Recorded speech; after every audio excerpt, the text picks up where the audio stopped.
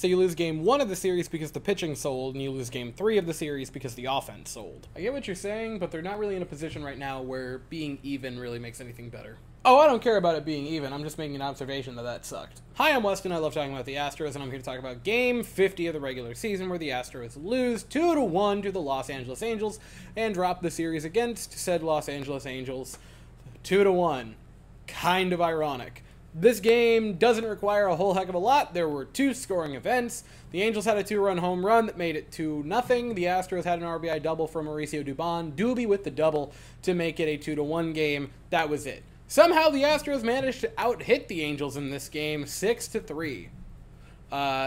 Hunter Brown made basically 2 mistakes.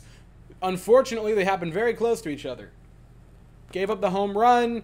He wasn't bad. He wasn't great. He was fine for like a 5th or 6th guy in the rotation. Hunter Brown's not the reason you lost. He gave up 2 runs in 6 innings. He was fine. The offense did nothing to finish out the bullpen. You had Parker Mashinsky, who looked pretty okay. You had a walk in a scoreless inning from Seth Martinez. And then you had Brian Abreu come in for a pair of strikeouts in the 9th inning. The pitching wasn't the problem. 2 runs and 3 total hits. And even if you want to be a jerk about it, throwing in all the walks, 7 base runners ain't bad. The Astros offense managing only 1 run on 6 hits, which is, on one hand, I am kind of willing to just say, you know what? Sometimes that's the way it crumbles. Like, I'm not going to say the Astros outplayed the Angels, because ultimately it's not like, oh, they had 14 hits and they only managed 1 run. How is that even possible? Like, the offense wasn't great. 6 hits still isn't some massive output. But, you know, I'm kind of willing, because they've been on a pretty good heater. They won yesterday. I'm willing to just kind of throw my hands up and go, you know, sometimes it do be like that. It sucks mostly because this was an incredibly winnable series. More than that, it was an incredibly sweepable series. The offense not laying an egg today, and Framber Valdez not deciding on the fly that he knew best in Game 1 to sweep the series. Which is insane to think about, but that's how close it was.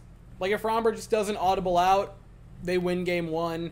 If the offense doesn't throw up 1 whole run on 6 hits, they win today. They could have easily swept it. I'm not saying that to take anything away from the Angels. They won. They deserved it. Good for them. I'm just making the observation. This wasn't the Astros just crapping. Actually, it was the Astros crapping the bed. But this wasn't a terribly played series. It was just a terribly unclutched series for the Astros.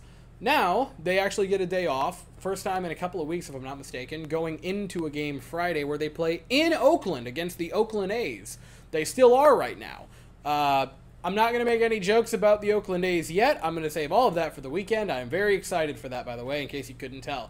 First game is at 9:40 Eastern, 8:40 Central.